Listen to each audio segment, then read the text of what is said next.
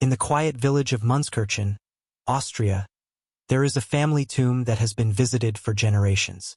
It lists parents, siblings, children, a shoemaker, his wife, the people they loved and raised. But one name is missing, not because they forgot, not because there was no space left, but because the family made a decision to erase her. The missing name belongs to Maria Mandl, the woman prisoners called the Beast of Auschwitz. As head overseer of the women's camp at Auschwitz-Birkenau, Maria Mandl held absolute power over life and death. She personally selected women and children for the gas chambers. She oversaw punishment, starvation, terror, and did so with efficiency, cruelty, and authority. When the war ended and the Nazi system collapsed, Maria Mandl did not vanish forever. She came home. She walked to her father's house. She knocked on the door, and the door stayed shut. This is not just the story of a perpetrator. This is the story of a family who decided, long before the world did, that she was no longer one of them. The woman they called the Beast. Maria Mandl was not a low-ranking guard. She was one of the highest-ranking female SS officers in the entire Nazi camp system. Every woman and child who passed through the gates of Auschwitz-Birkenau answered to her authority. She organized selections with chilling precision, standing calmly as terrified prisoners lined up, deciding who would live a little longer and who would die immediately. Survivors later testified that Mandl showed no hesitation, no remorse, no doubt. Mothers were sent one direction, children another, sometimes both to the same fate. Witnesses recalled that Mandl beat prisoners for minor infractions, ordered punishments arbitrarily, and walked through the barracks at night choosing victims at random. She also created the women's orchestra at Auschwitz. Musicians were forced to play as transports arrived, as prisoners marched to forced labor, as selections were carried out. The music was meant to calm victims, to mask panic, to impose order, to make mass murder run smoothly. Mandl was proud of it. Historians estimate that over 500,000 deaths can be directly tied to selections and systems she supervised. Among prisoners, her name became legend. They called her the Beast of Auschwitz, a family that shouldn't have produced her. What makes Maria Mandl's story uniquely disturbing is not only what she did, but where she came from. She was raised in a deeply Catholic household, one shaped not only by faith, but by discipline, restraint, and a clear sense of right and wrong.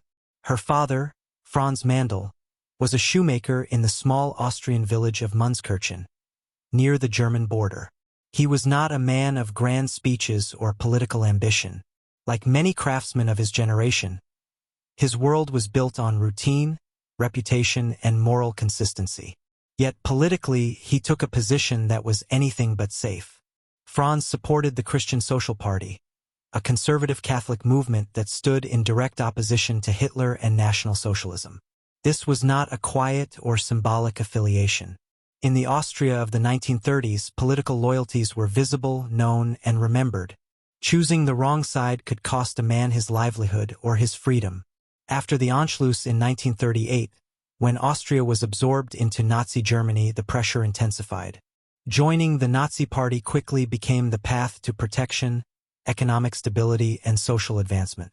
Party membership meant more customers, fewer questions, and the comfort of being on the right side of power. Refusing to join meant suspicion, isolation, and the constant risk of being labeled disloyal.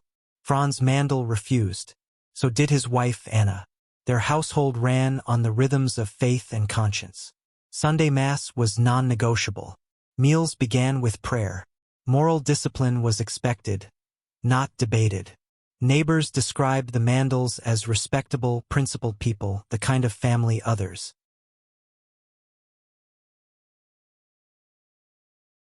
trusted with their children, the kind the local priest spoke of with approval. Years later, even the former mayor would confirm what many already knew. This was a family openly opposed to the Third Reich. They did not benefit from Nazi rule. They did not align themselves with it. They did not look away. And that is what makes what followed so disturbing. Because from this household, so firmly rooted in Catholic values, so clearly opposed to Nazi ideology, came Maria Mandl, which raises a question that history rarely answers easily. How does a family so grounded in moral resistance produce someone capable of such cruelty? And even more unsettling, what did they do when they realized exactly what she had chosen to become? The break that came before the crimes. Most people assume families disowned perpetrators after the war, after the trials, after the photographs, after the mass graves. But Franz Mandl made his decision in 1938. The moment Maria voluntarily took a job at the concentration camps, he severed all contact. At that time, Auschwitz had not yet become the industrial killing center it would later be. Gas chambers did not yet exist. The full scope of genocide had not yet unfolded. But Franz Mandl did not need to know the future. He knew enough. Even the early camps were brutal. Political prisoners, Jews, undesirables beaten, starved, worked to exhaustion. Maria had chosen a system built on cruelty and control. And her father said, no. No excuses. No rationalization. No, she's just following orders. He judged her path before history confirmed it. 7 years before Nuremberg. 7 years before liberation. 7 years before the world accepted the truth. When Maria returned home in 1945, she was not returning to a family that had just learned what she'd done. She was returning to a family that had already rejected her. A mother's silent prayers. While Maria rose through the SS ranks, her mother Anna attended Mass every single day. She prayed for her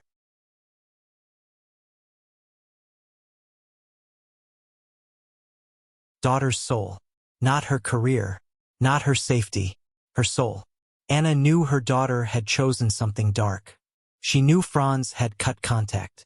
But faith allows for hope even when family bonds are broken. She believed redemption might still be possible. Anna Mandl died in 1944, before Auschwitz was liberated, before photographs, before trials. She never knew the full scope of her daughter's crimes. Perhaps that was mercy. There is something unbearable about the contrast. A mother kneeling in prayer, while her daughter selected mothers and children for death. The homecoming no one wanted. In January 1945, as Soviet forces closed in, Maria Mandl fled Auschwitz with other SS personnel. She disappeared into the chaos of a collapsing Reich. For 6 months, she evaded capture. Moving through ruined cities, hiding among refugees, shedding her uniform, blending into the masses. In July 1945, she returned to Münzkirchen. She walked to her father's door. She knocked. Franz Mandl refused to let her inside. No shelter, no food, no forgiveness. 7 years earlier, he had made his decision. Nothing had changed. And then comes the detail that makes the moment even more striking. Maria was not alone. She arrived with her lover, a former camp commandant, and a Jewish prisoner who had fled with them. The power dynamic that had defined her life was gone. The Reich was gone. The uniform was gone. The authority was gone. And from her own blood, she received nothing. 3 days of borrowed time. Maria fled to her sister's farm. The sister gave her shelter, but only briefly. 3 days later, U.S. military police arrived. They knew exactly who she was. Survivors had testified. Documents had been recovered. Her crimes were too vast to hide. She was arrested, transferred to Polish authorities, and tried before the Supreme National Tribunal. The evidence was overwhelming. On December 22, 1947, Maria Mandl was convicted of crimes against humanity. On January 24, 1948, at 7:32 a.m., she was executed by hanging. She was 36 years old. Her body was buried in an unmarked grave. Her father did not claim her remains. The verdict carved in stone. The Mandl family tomb still stands today. Franz is listed. Anna is listed. The other children are listed. Maria is not. Her name was never added. Not by her father. Not by her siblings. Not by later generations. This was not an oversight. It was a verdict. While many families denied, minimized, or rewrote the crimes of their relatives, the Mandls chose something else. They chose erasure, the family that judged first. Long before courts, long before tribunals, long before the world accepted the truth. A shoemaker in a small Austrian village made a moral judgment, and never wavered. The tomb without a name still stands. It asks a question history rarely confronts. What do we owe our family, and where does moral responsibility begin? Sometimes breaking a bond is not betrayal. Sometimes it is the most moral choice of all.